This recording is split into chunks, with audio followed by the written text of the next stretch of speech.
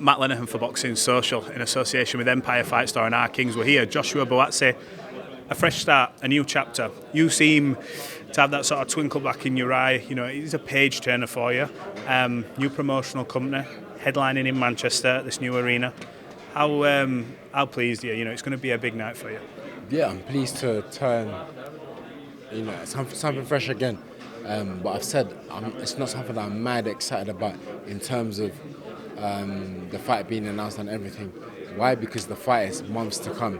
I've always been like that with fights. Whenever there's a fight announced, I'm not like over the moon about it because closer to it, that's when I'm really excited. Usually when they put the mic in front of us, we say, yeah, well, I'm excited, I'm looking forward to it. But today I'm like, no, guys, chill the hell out. The fight is 2 months away. Nearer the time, I'm going away to prepare for it. So I'll be real about it. And I'm like, am I excited? Not really, but near the time I'll be excited. I love the fact you're so brutally honest, because you know when it comes to these press conferences, we want to like, what's the narrative of this fight? And you've proven before, look, there doesn't have to be a table flipped, profanity used to know that there could be a good fight. Yours and Callum's fight, no matter who won or who lost that, everyone was talking about it as soon as it was done, even after the main event.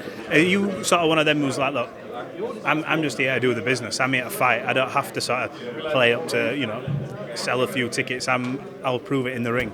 Yeah, I think to be yourself, because for me, I always say to people, I can do anything that I want to do, but after I do anything that I want to do, I have to go back home to my family and my friends. So if I'm acting like a fool on the stage, I gotta go back to them and answer what was I up to, what was going on. Do you know what I mean? So I think be however you want to be. Go back and answer to your family. If I'm usually a fool, then they ain't gonna say nothing. But if I'm usually not, they'll be like, Josh, what were you thinking? Let me ask you, you went through your whole career sort of unblemished. You had this fight. Everyone always says a loss is a lesson. And I think whoever won that fight, your stocks rose anyway. Like, it was that good a fight when people were excited about it. What was, obviously, I know you'll have been maybe down because that's a competitor in you, but what were them weeks after like when you sort of reassessed? Was it a fight where you went, you know what, I know I belong at this level, I need to make a few changes, it was a good fight.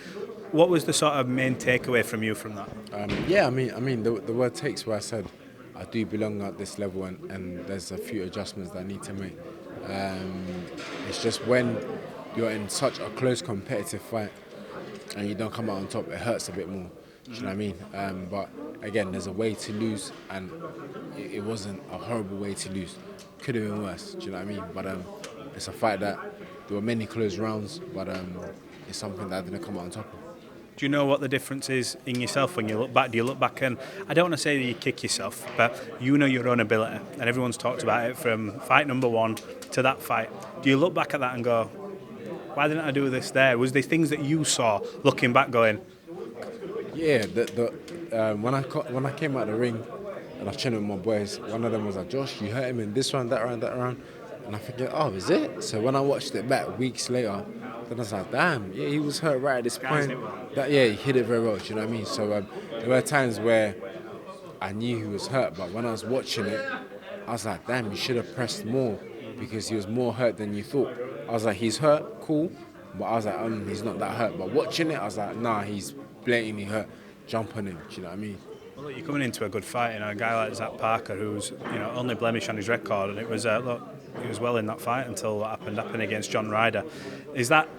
I know you say you're not excited, but it's the kind of fight you need to come back to. You can't be coming back to a fights where you maybe 100 to 1 on just to brush the cobwebs off. You know the level you're at. Is he exactly the right type of fight for you now? I mean, he's the fight that was presented to me. So from that point of view, yes, it's someone that, like you said, his record is almost unblemished. Besides that, loss that he had due to injury. So it's someone that I know he also knows this is an important fight. If he wins, he knows where it puts him. So it's someone that's hungry, that's coming to fight to win, to fight for his career. So it makes him a dangerous opponent. So it means I go away, prepare diligently, and come and make sure that I get the win. You always strike me as being not just physically ready, but mentally locked in. Every time I see you at a fight week, you don't sort of get thrown off. You don't act up like you said. It's not your personality. But you know yourself, boxing is a mental game. And outside the ring, when we look at, obviously, podcast. I don't know how much you can say on it, but with Boxer obviously moving and you making this new chapter, was there a period of uncertainty for yourself when you see all the things that are going on with, is this deal going over the line? Look, in your own words, what's that like for you? We know why you made that move at the time, but when that's all going off in the background and you're hearing stuff, how do you deal with that? Because it's almost like that land of uncertainty a bit. Yeah, it's been like that a lot of times. This issue with Boxer, it's not the first curveball in my career. There's been so many of it, and each time you deal with it differently. You hope better every time it happens, but it's not the first time, bro. It's been a lot of things that's happened, but you get on with it. Ultimately, you're fighting when you're judged, and that's what people care about. So whatever happens outside the ring, I make sure I handle that. And when it's time to fight, you fight. But while it was going on, I said, cool, I'm doing what I'm doing, whether it's living life or back in training, whatever it was, I was doing that. And then when I was ready to get the deal sorted out, it got sorted out, and here we are.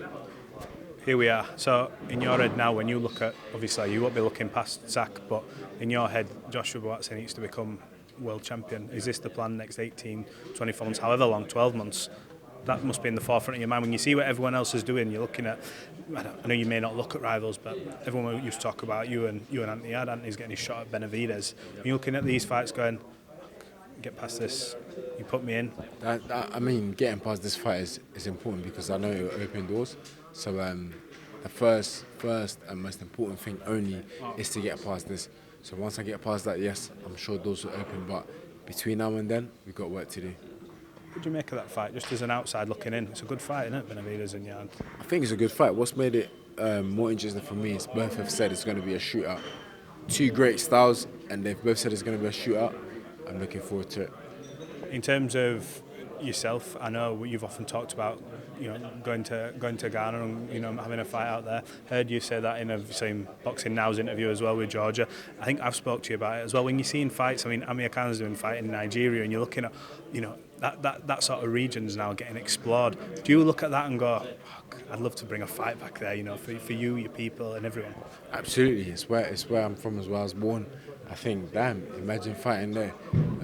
In the meantime, I know there's other stuff that I'm doing. I've got a fight in November, and I just hope that one day it will link up where I can be there to fight. They had one I think in June. They did not long back, yes, June. Yes, yeah, June, yes. Yeah, but I had just got to the States. So if it had worked out how I thought it would have worked out, I would have been able to go and then go to the States, but it didn't work out that way. But I'm hoping that at a time it will link up where I can actually be the headline there, for sure.